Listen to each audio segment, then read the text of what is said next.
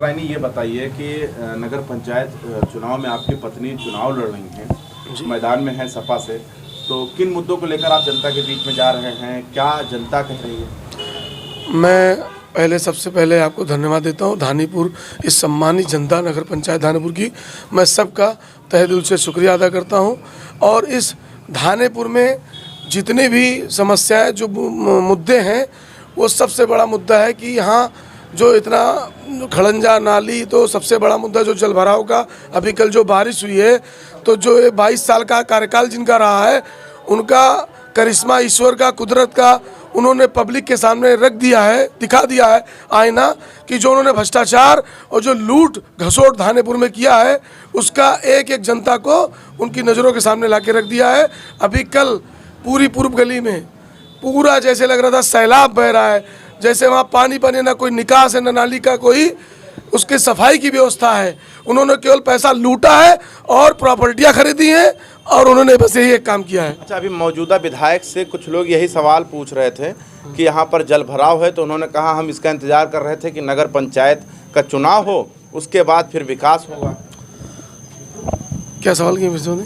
नगर पंचायत मतलब जो क्षेत्रवासी हैं, उन्होंने विधायक जी से सवाल पूछा कि सर हमारे यहाँ का रोड बनवा दीजिए क्योंकि जल भराव कुछ ज़्यादा है। तो विधायक जी का जवाब ये था कि नगर पंचायत में ये क्षेत्र आ गया है, अब चुनाव जिता लीजिए, उसके बाद विकास ही विकास होगा। अब हम कहना चाहते हैं, आप जिस रोड पे हैं, ये गोंडा से जो उतरौला मार्ग है, आज जो ये नगर पंचायत धानीपुर हुआ है, इसकी सबसे बड़ी खूबसूरती का जो देन है, वो मेरे राष्ट्रीय अध्यक्ष माननीय अखिलेश यादव जी का देन है, क्योंकि उन्होंने 2012 से 17 वाली सरकार में इस रोड को और पूरे ज़िले की रोड को बनाने का काम किया था।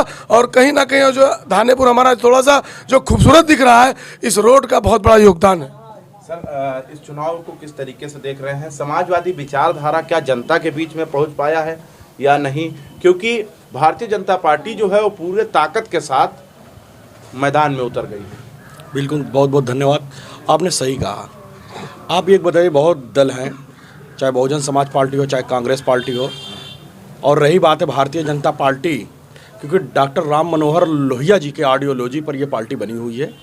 उन्होंने एक अपने लेख में कहा था कि जब संसद सूनी हो जाए तो सड़कें सूनी हो जाए तो संसद आवारा हो जाती है। तो बात हकीकत ये है कि आज उत्तर प्रदेश में भारतीय जनता पार्टी के मुखालिफत में बोलने की अगर किसी के अंदर हिम्मत है तो समाजवादियों का हिम्मत है। धानीपुर में क्या?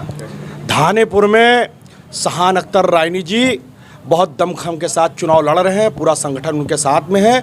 अब ये भी प्रत्याशी थे, अंसार अहमद सलमानी जी भी, और आप भी थे, लेकिन दोनों लोग टिकट मांग रहे थे। लेकिन राष्ट्रीय अध्यक्ष जी ने विश्वास करके सहान अख्तर के रायनी को टिकट देने का काम किया, और सहान के साथ में अंसार सलमानी जी ईमानदारी के साथ गाँव में चल रहे हैं, लोगों से वोट मांग रहे हैं। और एक शेर है, मैं अर्ज करना चाहता हूँ कि यहाँ वार्ड बोल रहा है, परिणाम आने वाला है, अरे साइकिल पर बटन दबा दो और यहाँ का सुल्तान बनने वाला है। क्या नाम बताया आपने? हमारा नाम अंसार अहमद सलमानी है। अंसार अहमद सलमानी, आप समाजवादी से टिकट मांग रहे थे, आपको नहीं मिला, आपके दोस्त को मिल गया है। लेकिन मैं धानीपुर में देख पा रहा हूँ कि जगह जगह पे भाजपा का झंडा लहर रहा है, समाजवादी झंडा कहाँ गया? देखिए, वो दिखावा है, सब जो दिखता है वो बिकता नहीं है। हमारा कहना, हम लोग ज़मीनी से चुनाव लड़ रहे हैं, एक एक लोग से मिल रहे हैं, और हमें हर जात हर बिरादरी का वोट मिल रहा है, इसमें कोई संदेह नहीं है। और हम लोग चुनाव 100 के नहीं 110% चुनाव जीत रहे हैं। हमारी किसी से अब लड़ाई नहीं रही। भाजपा भी अब दम निकल चुकी है उनकी। उनके साथ मौजूदा विधायक कोई भी हो, हम एक कार्यकर्ता ही काफ़ी हैं। समाजवादी का एक कार्यकर्ता ही संघर्ष के लिए काफ़ी है।